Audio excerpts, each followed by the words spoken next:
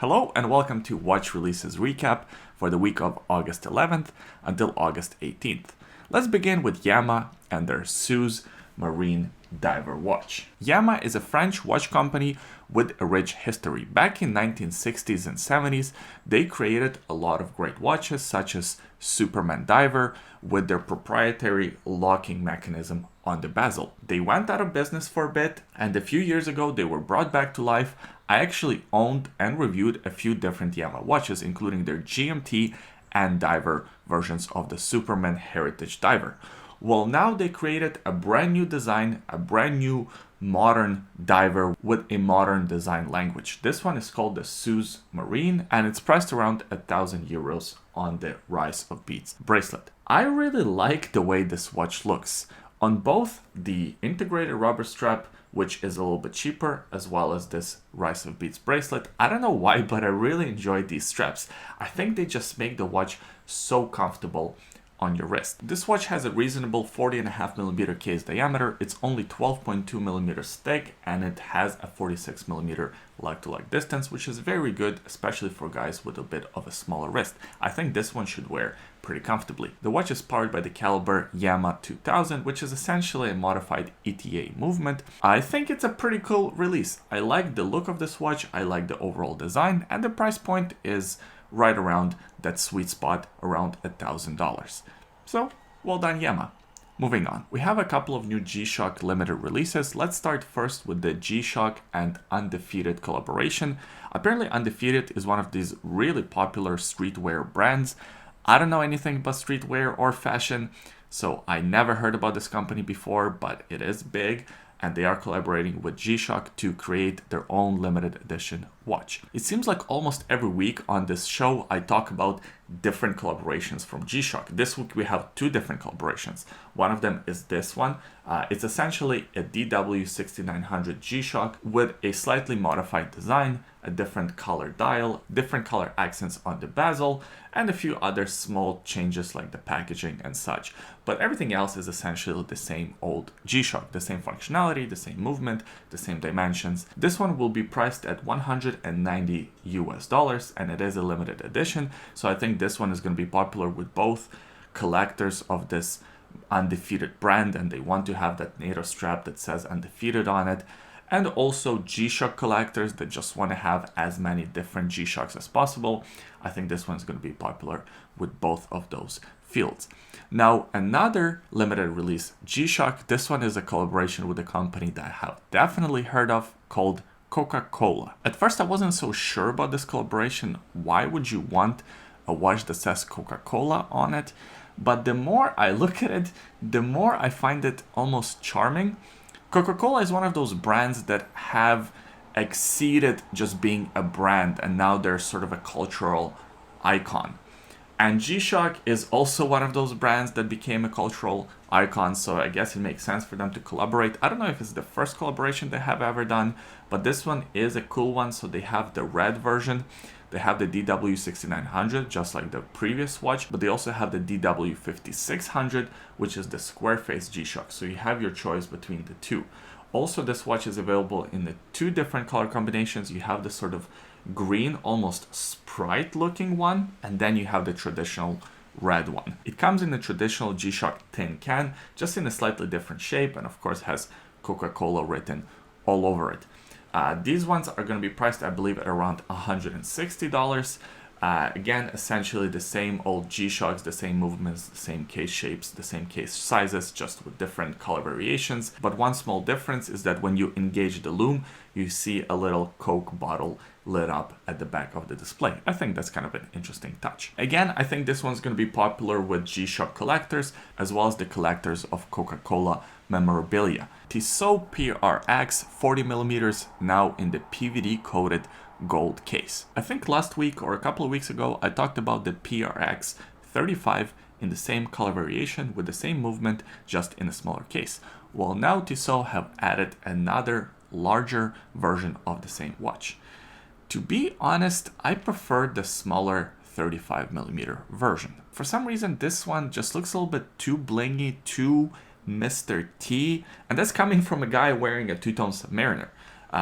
This one just looks a little bit too much. Unless you have a really big wrist where this watch just looks smaller and almost vintage-like, I prefer the 35mm version. I think that one just looks kind of more vintage on your wrist. It looks more charming, where this one just looks more like, hey, look at me, look at my wrist, look at this gold watch. But hey, that's just my opinion. I don't know. What do you guys think? Do you prefer the 40mm or the 35, or maybe neither one of these watches?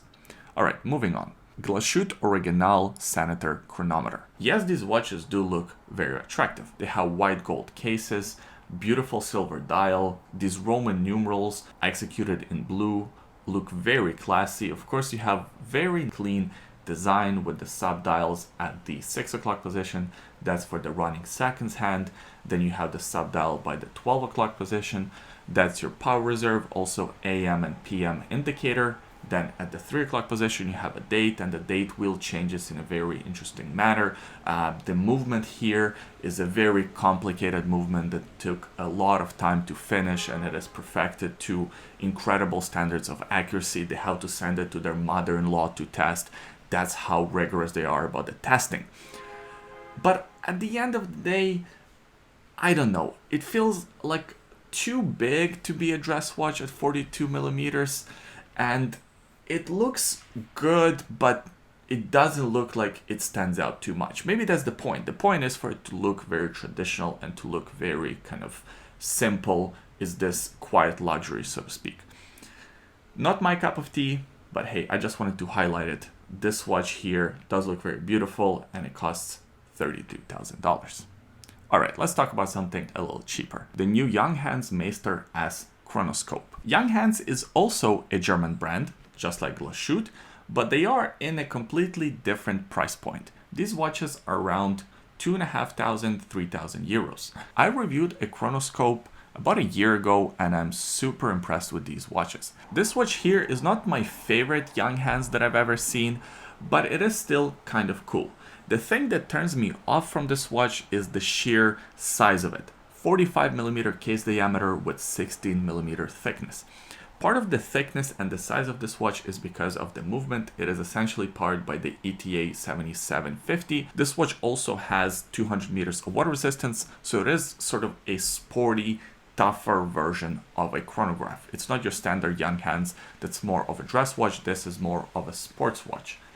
But 45mm case diameter, especially with no bezel, is gonna look giant on the wrist. You have to have some pretty manly wrists to really pull off this watch. Besides the size of it, everything else actually looks very attractive. I like the price point, around 2,500 euros.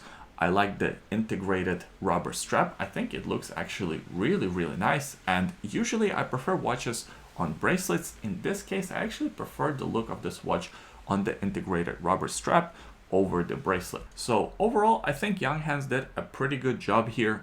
I just wish they would shrink down this watch to a more reasonable size. Maybe 40, 42 max. That would be a winner in my book. At 45mm, I don't know, you must really love this design or have really big wrists. But hey, I'm glad that Junghans is coming out with new models. Moving on, the new Grand Seiko Katana U.S. exclusives. Katana is a cool word. Katana. It's fun to say, it sounds sharp, like the blade or like the design of this watch. So now Seiko have added 3 different color variations to their spring drive line of watches, and these ones are exclusive to United States. I live in Canada, and I don't think our boutiques will offer these watches. So first, let's talk about the 2 non-limited edition ones.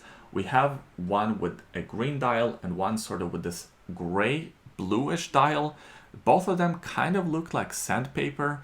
The whole story behind this design, the textures and the colors integrated within these watches, sort of represent different stages of making a katana blade. So here we have this very cool textured dial with indexes that look like they're almost floating over the dial. Now these watches still have the power reserve. I know a lot of people don't like that.